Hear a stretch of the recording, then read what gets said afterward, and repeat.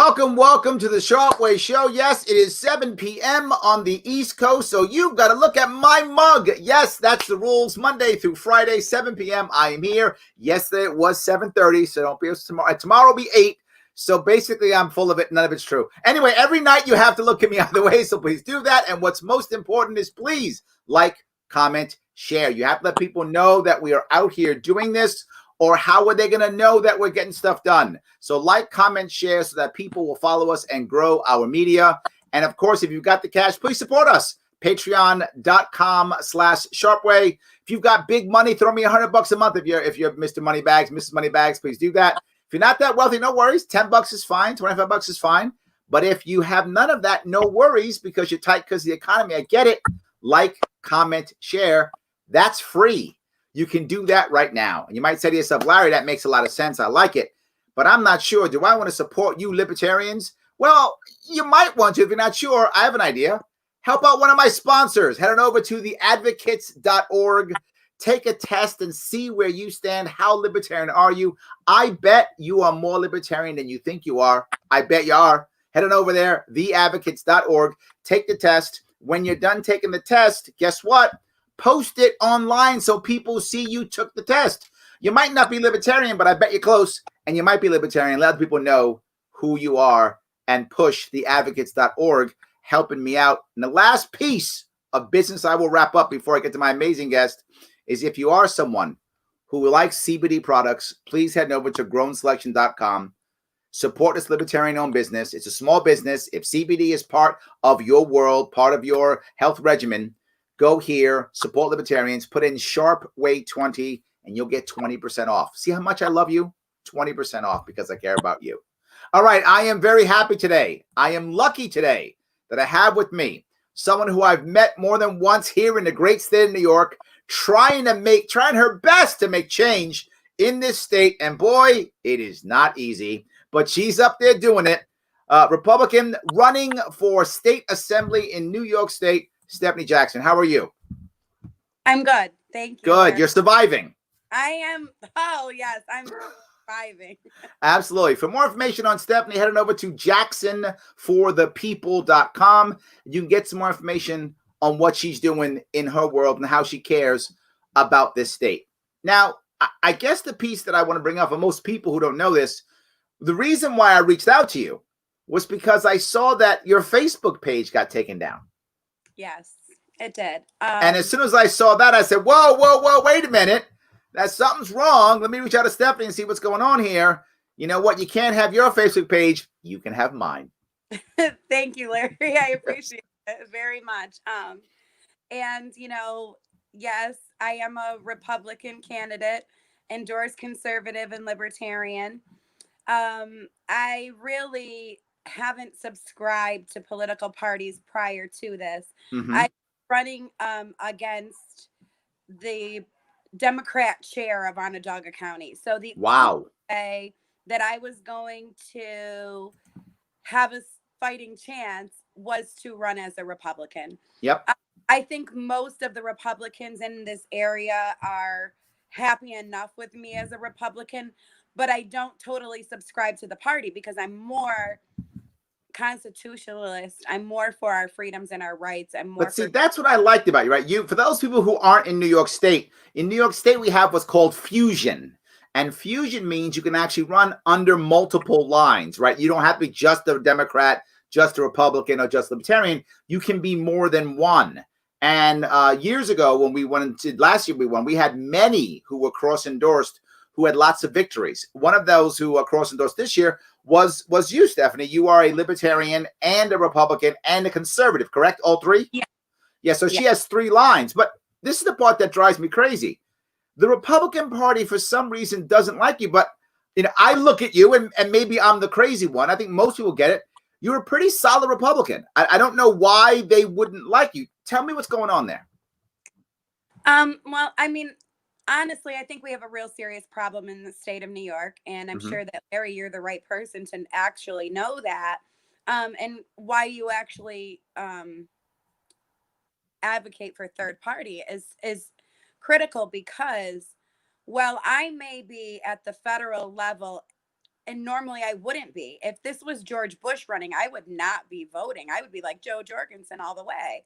But because this is Donald Trump, and I know that he's actually going up against the global problems that we're having right now, and that's both sides, Republican and Democrat. I mean, it's mostly the left, but they're being helped by many people in the right. And what we have is an issue here in Onondaga County that a lot of the Republicans are rhinos, to be honest with you.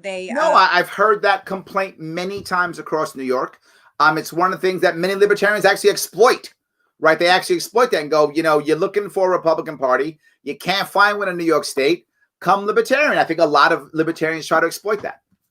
Yeah, so I have conservative values. I'm, like I said, I'm pro our rights, our constitutional rights. So I can fit into all, but you can't box me in.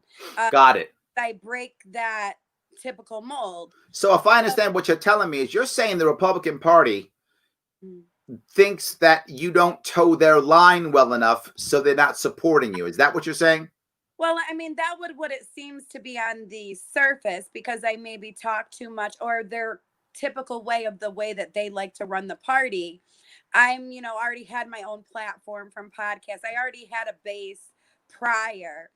So I didn't get any lick of help. Okay. Not a bit of assistance, nobody reaching out to me, making sure there's a select few. And those are some people that I truly will, carry with me through this because they showed me their true colors. However, I mean, one situation, I mean, there's been numerous situations. You have to look at the fact that my opponent has ran unopposed in the last 2 terms. I have seen that again and again and again. Yes. Why? Yes. And so I took the initiative to try to reach out to the other side. One of the crowns that I met with was right on the streets in the city of Syracuse, fighting for our children. And that was in school. I presented the option of school choice and federal funding following your child, because that would gravely help the situations. Absolutely.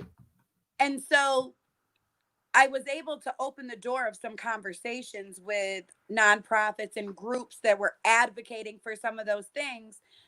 And I think and that was at a time where there was a big thing between the Italians, which run much of the Republican Party, and Black Lives Matter for taking down the Columbus statue. Oh, right. Yes. Ben Walsh had a committee that he put together for 8 weeks and led up until the Friday before Columbus Day, letting that tension and turmoil of the people accumulate before he made his decision.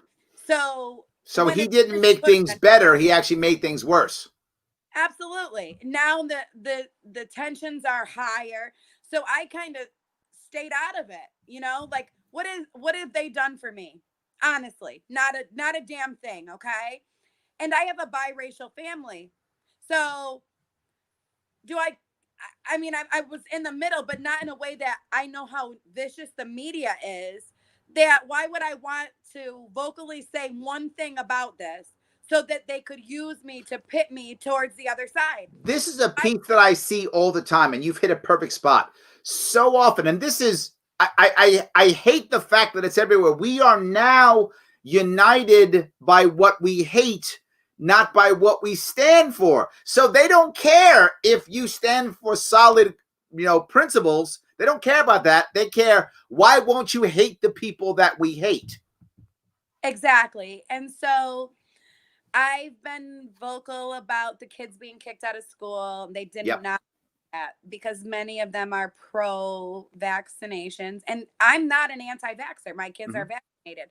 Me too. My mother did have a vaccination allergy that is going to affect her for the rest of her life. So that has put me in contact with numerous people where I've heard their stories. And you're like me. You're not anti-vax. You're anti-mandate. Correct. Because it's not a one size fits all. People have different health problems, as we see with COVID. Yes. You can't just do the same thing for everybody. And so I'm for choice, and I and so that probably was part of it. They didn't really want me to talk about that stuff so much, but I wasn't going to stop. And Right. again, that's because it affects me. That's legislation that's on the table in Albany. And I mean, big bills are on the table in Albany, which is really why I ramped up my effort, because I'm homeschooling my own kids now, because I'm nobody's going to give my 11-year-old daughter an HPV vaccine without my knowledge or consent. It'll be over my dead body.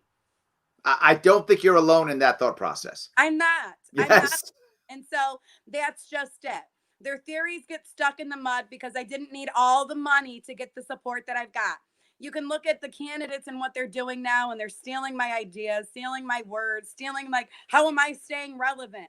The news came after me. How did I stay relevant in this election? Social media. 2 Yep. days later, my social media is gone, my base. Yes. And the difference is conservatives and people who are telling the truth about certain things that are being scrubbed off the internet right now are being censored. But the reason for my Facebook being deleted was simply sharing an event. It wasn't something that I said or did at all. The media plotted on me for a month before this even happened to try to connect me to something much more sinister.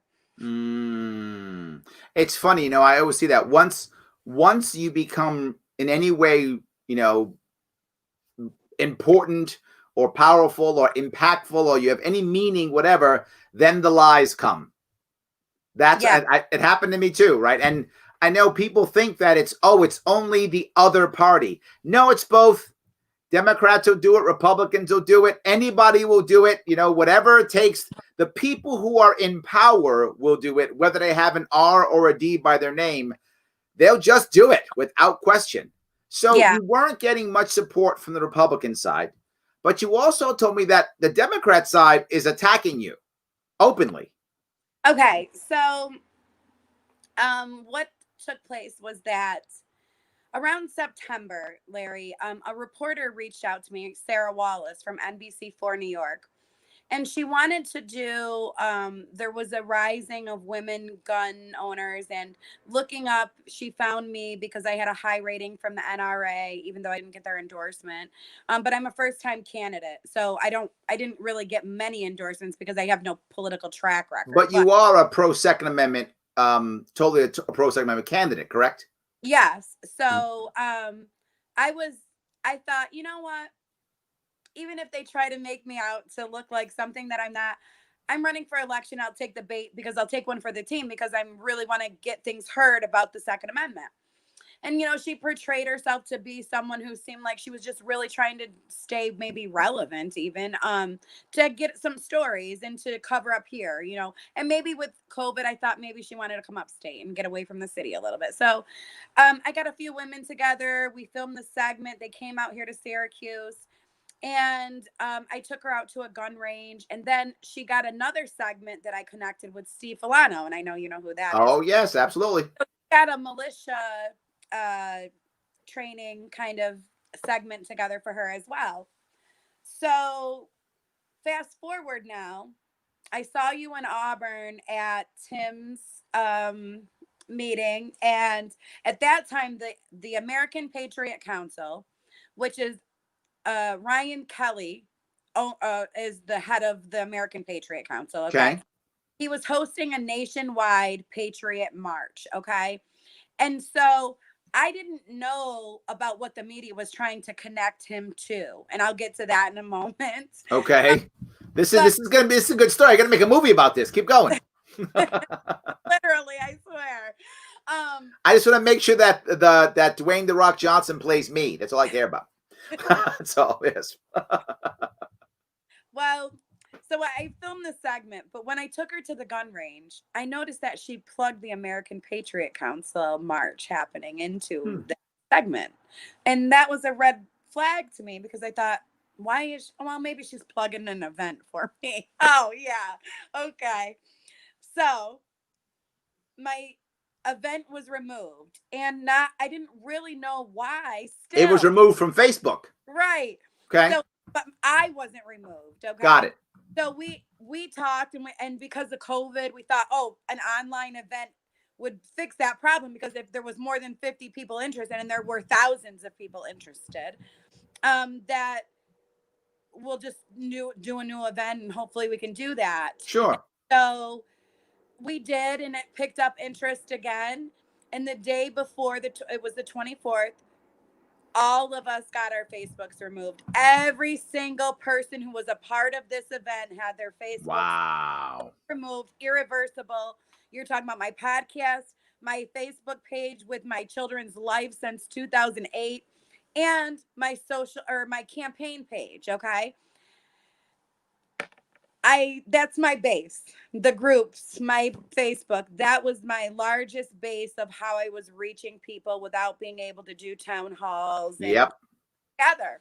Besides protesting for our rights, that's it. That's all I had. And I said, you know what? I'm still gonna do this. I'm not gonna let them shut me up. I'm not gonna cancel this. I'm going to go. And so I went Saturday to the Patriot March, and we had it planned not as some plan to overtake a government, but as a peaceful patriot march for all of us to come together for our rights. And we did some Cuomo stuff, but half of the people in attendance, and there was probably like 50 people who came. And then a lot of people were confused, like, is the event on? Is it on? Sure, of course. It's not online anymore. Yep. So that was still a wonderful turnout that we had. And we had pastors, we had gospel singers, we had kids singing, we had live musicians, and we were all there in solidarity for our rights. And so half of the people were people of color who are in attendance with us, and Antifa showed up. There was about 40 to 50 white younger kids dressed in all black, riot gear, everything, from SU. Okay. Kids couldn't even go to the south side of Syracuse if they wanted to. But they did their intimidation stuff. They didn't come inside, or we went up to them and asked them if they would like an American flag and just join us, and they refused. Of course not. But so what happened in the end of this? Like, did this end politely? Did it end as a disaster? How did it end? It's not over. It's not over. So the local paper came and wrote a report, and then all it was photos with no information or no mention of me. So I tweeted the article that put out and said, oh, wow, I'm still being like censored even by the media.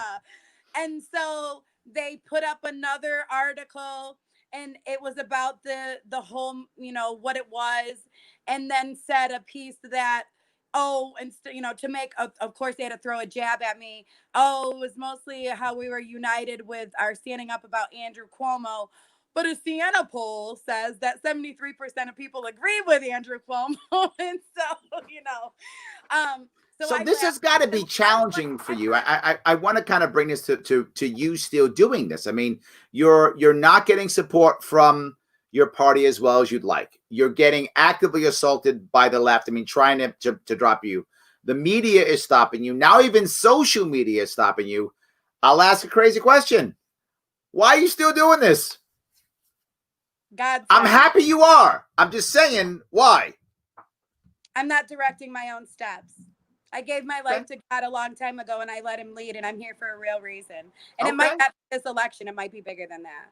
Okay. All right. So you're just going to let it go, and what happens, happens. Facts. Okay. The last article I wrote, I said, thank you, but I would prefer accurate reporting. No mention of the other group of people who were in attendance at our event. And then Twitter CNY Antifa took to me, posted a picture of me, said, get this fascist piece of SHIT out of the city. And I had to call the cops because there was a group of people all in black across the street from my house that next night. And now everywhere I go, I can see that I'm being tailed and followed. So I went to church on Sunday, found out that maybe my calling isn't to be a politician, but maybe to be a minister. And Maybe. Okay. I don't know. Okay. But it's okay. You can do both still. It does happen. You can. We have a guy named Ricky Harrington who's actually running for Senate in Arkansas, and he used to be a prison pastor. So it does happen. You never know. You know, it's like I said, it was by my works in the local community and making things safer and better that put me in this position to want to run for assembly. Sure. However, what has taken place now during this process, I've had to take a lot of hits and a lot of attacks and a lot of things that are not right and they're not okay. But I'm taking them very well. And you have to realize the implication of what this means with our First Amendment, with our freedom of speech, that I was silenced for exercising a march for our constitutional rights. Well, the media had a plan and I thwarted their plan. I have proof of text messages between reporters that they actually put in print for me that I was tied to the plot to kidnap Governor Whitmer. I don't know Ryan Kelly. I'm not a member of the American Patriot. Yeah, but they don't care. They just throw stuff out there. I just wanted to do that. It was but I have the proof of that. And now it all makes sense later on. That when Sarah Wallace came up here, she wanted to paint me as a gun-toting lunatic, which if you turn on your TV right now, you see that there is militias outside ready and on standby for the crazy crap that's going on. And so I'm not that. So let me ask, how do you think your race is going? You've told me that your district is a Democratic majority district, right? Correct. So, but you said you generally have Republicans who support you. Generally, I mean, obviously not the establishment, but I mean the voters, right? The average voter does support you. Libertarians in the district kind of support you. Is there a chance of you? I'm sorry? Libertarians support me the most. There we go. Yes, exactly. I know you guys are but I literally told everybody that I know, listen, New York is done in the presidential. The local elections, you got to vote with your heart. The presidential election, vote with your head. Conservatives vote for Trump on that line. Libertarians vote for Joe. Or you guys vote third party because it's going to Biden anyways. Absolutely. So if you're going to vote Trump, do it on the conservative line. If you're going to vote Joe, do it, obviously libertarian. But that's important to save our third parties in New York State right now, too. Absolutely. They're trying to stop it 100%. So then if that's where you're not sure where that's going to be going, right? With those groups. The numbers, the numbers and the sabotage. 37,000 in my district, 37,000 registered Democrats, 17,000 registered Republicans, 10,000 conservatives, 3,000 libertarians. So if you add up the Republicans, the conservatives, and the libertarians, it still doesn't put me at 37,000. The number that I needed to reach was there's 19,000 registered voters who don't belong to a party. Blanks. People needed to hear my platform, and that's where the sabotage for me happened. We planned a lit drop. That's where I would have put my information into their hands. They would have knew my stances and stood for what I stood for.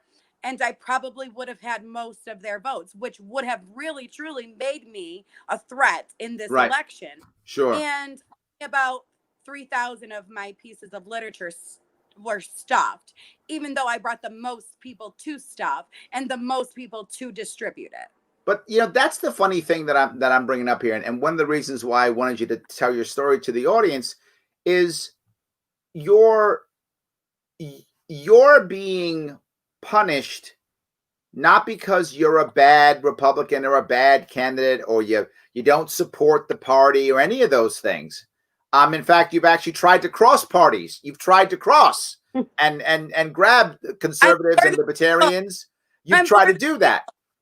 But you still get punished because you're not the mainstream. And the elites, yet again, in my state, and I think most states, if you're watching, the elites punish those who they don't think follow the elite way of doing things, whatever that is. I mean, you would think if I was, obviously I'm not a Republican, But if I was a Republican and I was in the GOP and I was in your area, I would think, wait a minute, we got this woman. She might be able to do some damage here. Why don't we get behind her, help her with her literature drop, help her to get that stuff out here? She might be able to make some damage, maybe even win this thing. Oh, my God. But I think it turns the apple cart over, and then each person doesn't have their own fiefdom. To your point, we've made it to, I bring this up often, when we have only a two-party system and that's it. By default, a two-party system will eventually become a cartel system, which says you run over there, I'll run over here, and now we have local monopolies. And that's why there's no one, everyone's running unopposed. So your opponent was running unopposed, and the Republicans were okay with that. They were getting their kickback or their payment, or they were getting, you could keep your fiefdom over here, don't bother us. Yeah. And here comes Stephanie getting in the way of all that. Well, we can't have that. Way of all that, because people from my platform from the beginning, I had raised almost $2,000 just from people giving me money out of the, from supporting me before I asked, before I did fundraisers, before anything. When it came time for me to hold a fundraiser, I realized that none of the committee was buying a ticket. And I smelled the shit then, honestly. Yeah. And said, hey, you know what? I put a video out and said, I don't want your money. I'm not going to go crazy these last months trying to raise money to do crazy things. I just want your vote. Listen to me, share my information. I know people are going through hard times right now. Yes. Waited 7 months for unemployment. Businesses shut down. I don't want your money. I want your vote. Oh, and that probably really pissed them off. Yes. But you speak of that, you said you're basically homeschooling now. I am. I mean, how in the world do you homeschool and still campaign and still have, I mean, you have a family, right? I do. And I'm so blessed because, homeschooling isn't virtual learning or distant learning. The beauty of this is that my 11-year-old daughter is learning twice the amount that she's learned in school in half the amount of time. Yep. The resources are at her fingertips. She doesn't have to share her attention with 19 other students or more in her classroom. And I mean, she could probably pass the grade beyond the grade level of what she's at right now, just from what we've done in the last few months. And I just made the decision. I toyed with it last year to get a practice to add to her curriculum because I know the public school, she was passing all A's, but her state test went down within this school district where she was above the standard before. Now she's below the standards. And what they would like to do is get as many people with the need of services for that money to you made it. Yep. And so when I asked about the legislation about the HPV on the table, I went to the board meeting. They didn't want to answer me there. I gave them 30 days. They didn't answer me. And then I just said, okay, here's my notice. February 14th was their last day of school. And then COVID hit like a ton of bricks. And so I couldn't have been more. I mean, God's just been with me this whole way. He's had his hand on me. I still have all that faith that I'm here for a real reason. And I realize now, because of all of this, with big tech being subpoenaed by the White House this week, this isn't just conservative censorship. This was election interference on my part, Facebook. So this is like a really big deal. So instead of going crazy and be like, I'm crunching last minute, I'm going to get every one of these to these 15,000 people, I just said, you know what, enough. I'm going to just sit back and leave this up to God. Everything that has happened for a real reason. And I do have a responsibility to my family. So of course I'm not going to be a fool going right out here and be a moving target for people. So I'm going to just sit back and relax here for a little while and see what the outcome is. So let me see. Let's say you win this thing. I'm having second thoughts. That's what I was getting ready to say. Do you actually want to hang out with these people now? You may say no thanks. Right? I'm gonna need a whole suit. I'm gonna need one of those suits that they put on in the old days in the castles just to go to work and all. So, but let's walk down that road for a second. Let's assume you actually win this thing. I mean, do you think they're going to be like, Stephanie, we've always loved you. Oh, we're just kidding. Well, Oh, now that I'm talking about them, no, but I don't care. I don't care. But they might all of a sudden love you. I'm just saying, it could happen.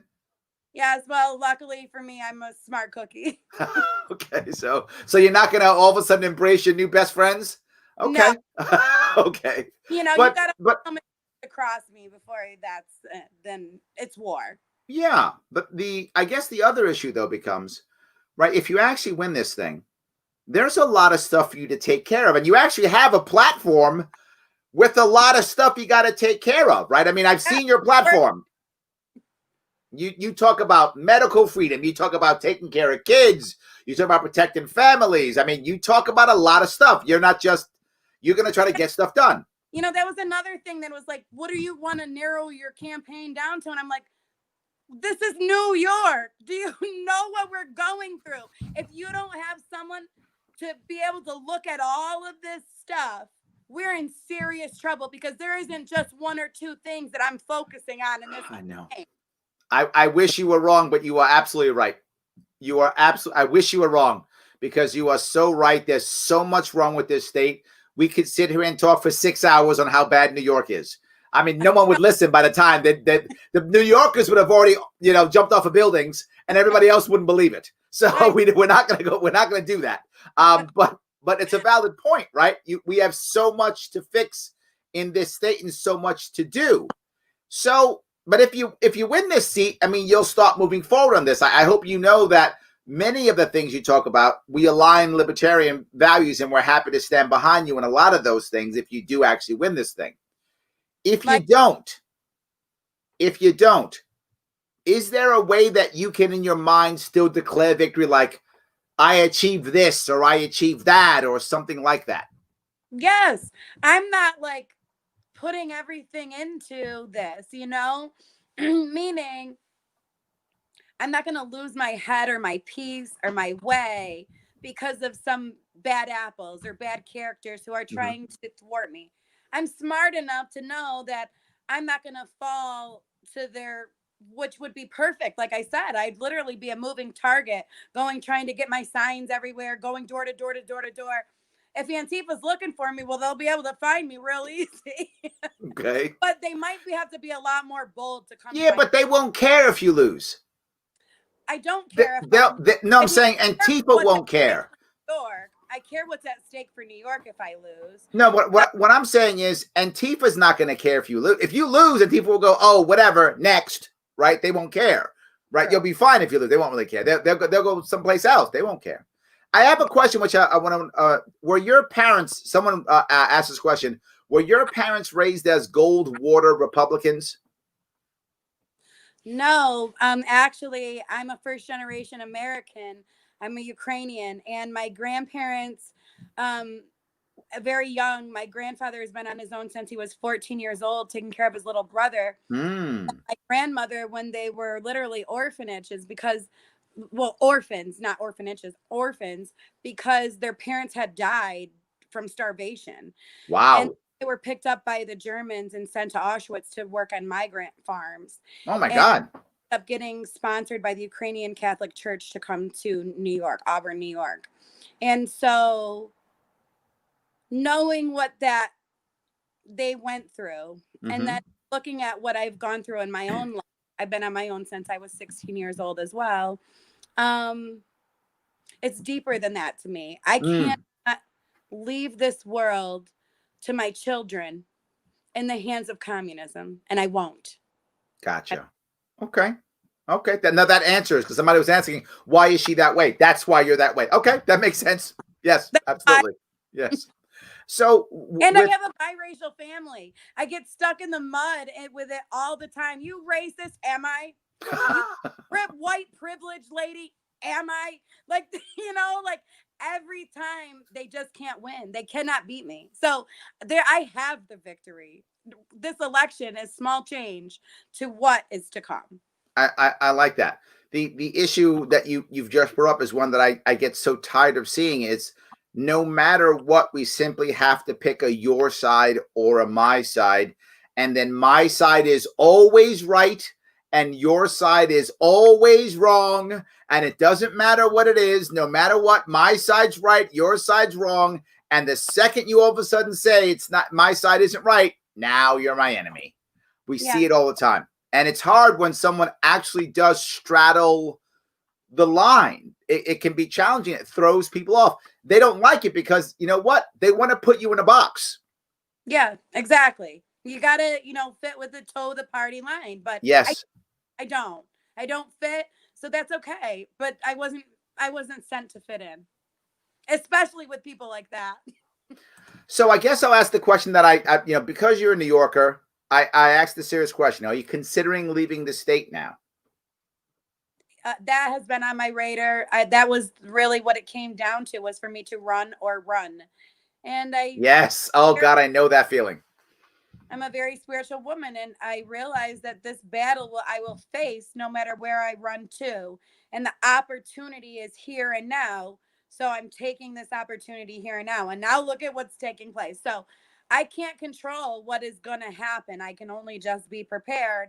And knowing the things that I know, I'm going to be fine. Just anyway, like, I didn't put my all into this election. I was just trying to do the right thing. And that's not going to go away. That doesn't mean I'm going to stop protesting or being an activist or fighting for our rights. I'm not going away. Well, you said that some people are now starting to take your policies and take your ideas, right? Well, I mean, some of the things that I've done to stay irrelevant or have, like, a buzz on social media, I see now that some of them are kind of taking those ideas and trying to get some last minute support. And hey, it's okay, Absolutely. And they have absolutely all the money in the world. They have all the money in the world to run a big, huge campaign and pay for all the TV ads in the world. And you're copying ideas from a person who raised $1,700. And you think that I won't win, but there we go. About the people. Yes. Side. Now, this is the thing that also drives me crazy. People love your run or run phrasing. They're loving that. So that's good. It's true. But someone, Larry, they said you need to just get a mobile home or vote with your feet. There we go. But that's the thing that I can't stand about our state, right? And if you go into any room of people in New York State and you ask them how many are considering leaving, at least half the hands go up in any given room. And it's sad that that's true. And I really hope we can fix this to make this a whole lot better. I really do. Well, yeah, I mean, and if we look at the tax plan that the Bidens are, the Democrat Party is looking to set forth, the 1%, the wealthiest 1% of New Yorkers already pay 40% of our taxes. So if we raise their taxes, if we tax the wealthiest, they're going to be just like the other millions who took off out of the state. And that huge, heavy tax burden is going to fall right on us and the poor. It's already happening. Welcome to full-fledged socialism, because it's already happening. I think it's already, you see happening. It. So we cannot, yes. If this gets crazy, then I'll do the podcast row, and I'm ready to, pack it up. What's funny, I live in New York City, right? So I literally see the people who have decided I'm not coming back, right? Some people don't know this, but my day job, when I actually get to work, I know His Majesty King Andrew II, oh, hail the king, has decided that I'm not essential, so I don't get to work the way everyone else does. But in any case, so when my day job, now most of it has become coaching, because I there's no more consulting gigs to go to. The training gigs have immediately they've dried up. So I'm down to doing mostly coaching. Most of the people who I coach are wealthy. Most of them are executives, if not wealthy, doing well. And most people in New York City who are like that, they have secondary homes, right? They have one in Manhattan and then one maybe upstate, or maybe one on Long Island, or one in Jersey Shore, wherever. They're all leaving Manhattan and going to those secondary homes. And they went there like 6-7 months ago, and they've now figured out how to work without having to go back to Manhattan. If you don't have to go back to Manhattan, many of those people are not coming back to New York at all. That's why Cuomo was begging them, come on back. I'll cook for you. No. Remember that stupidity? Yeah. You, Andrew. Yes, you're the problem, Andrew. It's your cooking ain't going to help. How about stop punishing them and they might show up? But the bigger issue is, while someone says, So what, Larry, if some rich people leave? And some people have told me that. So what? You're right. So some rich people leave. There's a problem, though. Now all the people who work for them also don't have to show up in Manhattan anymore. And if they don't have to do that, then the rich people can pay them a lower salary if they move someplace else. So they will encourage them to move someplace else. If you were getting a six-figure salary living in New York City, if you move out to Iowa, that six figures goes a whole lot longer and a whole lot further than it did in Manhattan. So without question, they just pack up and walk away. But more importantly, all the people who service the wealthy and the people who service those who work for the wealthy also don't come back to New York City.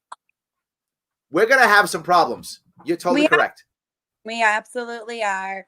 And, that's just it. I tell my partner all the time, listen, if we just picked up and went to another state, and yes, I use the term red state, because literally that's how we're broken and divided, and it really infringes upon our rights in one way or another. And so I said, if we even went to South Dakota. Yes. And he said, shut up. Okay, we're not going. Sounds like my wife. Yeah, she's like, I'm not going to South Dakota. I said Alaska. She was like, Alaska? We're not going to Alaska. Yes, I know. So he's not going to bend with me to go that far. But I am putting Florida, on the radar for that, because I've tried to explain to him, we can just be us doing exactly what we do, have more money in our pockets. We're not getting taxed every time we go to the store and buy stuff. Yep. And our kids can go to school so I can go back to work and doing all this extra stuff. Absolutely. Just simply being somewhere else. Let's go. Brian says, Iowan, I'll happily take six figures. Yeah, but to be full with you, Brian, if you want to live in Manhattan and have any type of life, you have to have six figures. Yeah. There are people, and I was telling the story before, Upper West Side of Manhattan is a wealthy area in New York City. For those of you who don't know New York City very well, that area is a wealthy area, right? Upper East is also, but Upper West is wealthy. Many people in that area will live in a nice apartment building, and they'll spend $5,000 or $6,000 a month on rent. Mm-hmm. That's rent in that area. How can you survive without six figures if your rent is $6,000 a month? Not even your mortgage. Like, you're not even owning that. That's rent. And those people are packing up and just leaving. Now, you want to move someplace else, you're not going to pay $6,000 a month in rent, right? That's just not how it's going to work. Or if you do, you're literally renting a mansion. Like, you're renting a mansion for that. But that's an apartment in certain parts of Manhattan. So, yeah, I'm not sure. Matthew says, Mexico's the freest. South America's on my radar, too. There we go, Matt. Absolutely. Yes. He also says he thinks that that New York may not recover. That's true. And I think it may not. Right? My gut tells me New York City prior to COVID had about 8.5 million people. My call is New York City will keep going down to it's below 7 million and never move past 7 million again. Because we're losing our finance, we're losing tech, we're losing our regular businesses. New York is going to become a massive cultural and tourist city. And when that happens, you can't support 8.5 million people on that. You just can't. Doesn't work at all. Terrible. A lot of those people are moving upstate where we are, but a lot of people from upstate, you can't get enough U-Hauls. I can't tell you how many houses for sale there are. I think 50% of small businesses in New York will never open again. Never again. So recovery is where it's going to hurt the most is our kids. And so that is a serious issue for me. And if we don't do something about this now, it's only going to be worse. And I can't leave this world for my children to that. I can't. That's not what I'm a mom, and I'm a mama bear. Yep. So I can't leave. I had a good life, even though it was rough in the beginning. I had a good life, and I do my best to give them the best life I can. Sure. So I can't leave this world to leave it leave the world like that to them. I just can't do it. Absolutely. No, I agree. And I see it. I feel almost like New York City people are trying to move upstate while upstate people are leaving the state. I feel Yeah. it's almost like we're playing, musical chairs, right? Yeah. We're playing musical chairs. Yes, absolutely. But I do think, of all the bad things that 2020 has given us, and it has given us a lot of bad things, I do think that there is a silver lining. It's not a great silver lining, but it is one. I think for many, many people, this is a year of enlightenment. For many people, they're seeing like, wow, our education's broken. Wow, is this what medical is really about?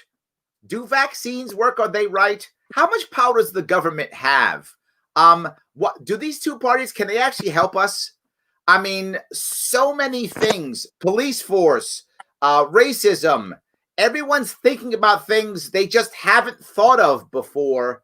But this year brought a lot of that. And my only hope is, so far it doesn't look so great, but my hope is there'll be some actual dialogue and some actual change. So far, not so great, to be forward with you.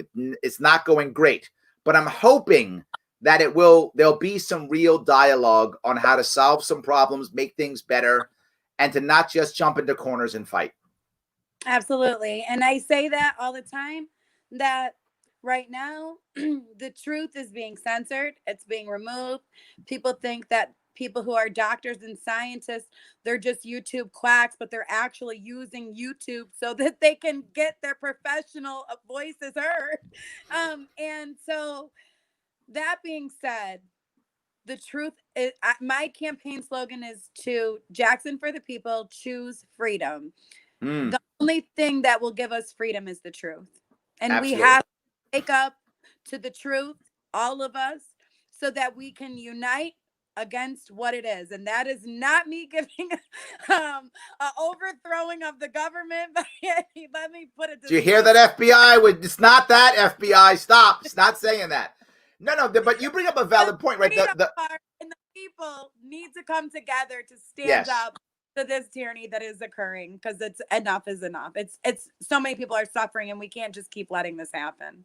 The thing that most people don't understand is, if we're gonna find the truth very often has to be shaken out, almost like a scientific method in a way, right? But you can't do that if I don't show all the sides so that I can compare and go, oh, that's not really true. Yeah. Oh, wait a minute. Maybe part of that is true. Where is the truth? But if I only get, oh, government says this is truth, well, then I not only do I never shake it out, but I think a harder part, and I think you're talking about this with your children, a harder part is, as Americans, we don't have the culture or the mindset or even the skills to look for the truth. We simply just accept it as presented. I remember when my daughter got in trouble in school. She was probably 9 or 10 years old. My oldest daughter got in trouble, and maybe a little younger. She got in trouble, and the teacher said, I have a problem, Mr. Sharpe. Your daughter, she doesn't really want to follow orders. She doesn't want to, make her seniors happy. She really doesn't. She's not about pleasing, the teachers and such. And I said, okay, and what's the problem? I was like, what? That's a bad thing. And he was like, yes. And it was just easy that I now, the one good thing is he at least let me know I don't belong him anymore. But yes, so just exactly. I want to make sure we have a culture that wants to find the truth and shake it up and find it. Yeah, it's there. You just have to kind of break up the way that it was, because I was there. I was on the other side of the spectrum, keeping my mouth shut, thinking, going along with the norm, liking my little cozy bubble that I was living in, and ignoring the truth, even though it was kind of giving me some taps, like, come on, come on. And, it just came to a point where I knew so much that it was time for me to do something about it before it's too late, and that's why I'm here. Period. No, I'm glad. I'm glad you came on. I'm glad you're still trying. I'm glad you haven't given up. And I'm glad you haven't moved to South Dakota yet. So we can still try to keep you for a little bit. It's fine. Whatever. It's all good. But I'm also glad that you're the thing that I liked so much about you, and one reason why I wanted to support you here is because I get it. You're Republican. I don't mind. But you're open to talk to people. Yeah. You talk to people. You don't go, my way's right and you're all wrong and do as the Republican Party says, or you're all evil. Saying I'm a Republican, but you got to understand something. I'm only a Republican because I had to beat a Democrat. I'm okay with that. From the beginning, I'm more libertarian, but if I ran as a libertarian, I wouldn't have a standing chance in hell to even be in this campaign yet. Yes, I agree. But having that endorsement and running as a Republican, if I do win this election, some changes will be made. I like that. Well, Gavin wants you to come to Sioux Falls. Okay. So he's already prepping you. I guess I'm supposed to get a mobile home, because then if it comes time, I can just take it all and just. There we go. See? I don't think I'm quite accustomed to that. I'm thinking more a good plot of land, and then that's my home base, and leave me the hell alone. If you come around these parts, these here parts. He's not talked that way already. It's already happened. Gavin, look what you did. You've already done it. All right. So anyway, guys, I want to say thank you so much. Is there anything you want to bring up before we wrap this up? No, you guys can see my platform at www.jacksonforthepeople.com. There it is. I am on Twitter at The Conic Show, TheKonykshow, all one word. And I'm going to be resuming my podcast again. So, like I said, I'm not going anywhere. There we go. Stephanie, thank you so much for coming on today. Guys, thank you all for watching. I will see you all tomorrow night. It'll be 8 p.m. tomorrow night, but I will see you guys all tomorrow night. Stephanie, thank you so much. Everybody have a great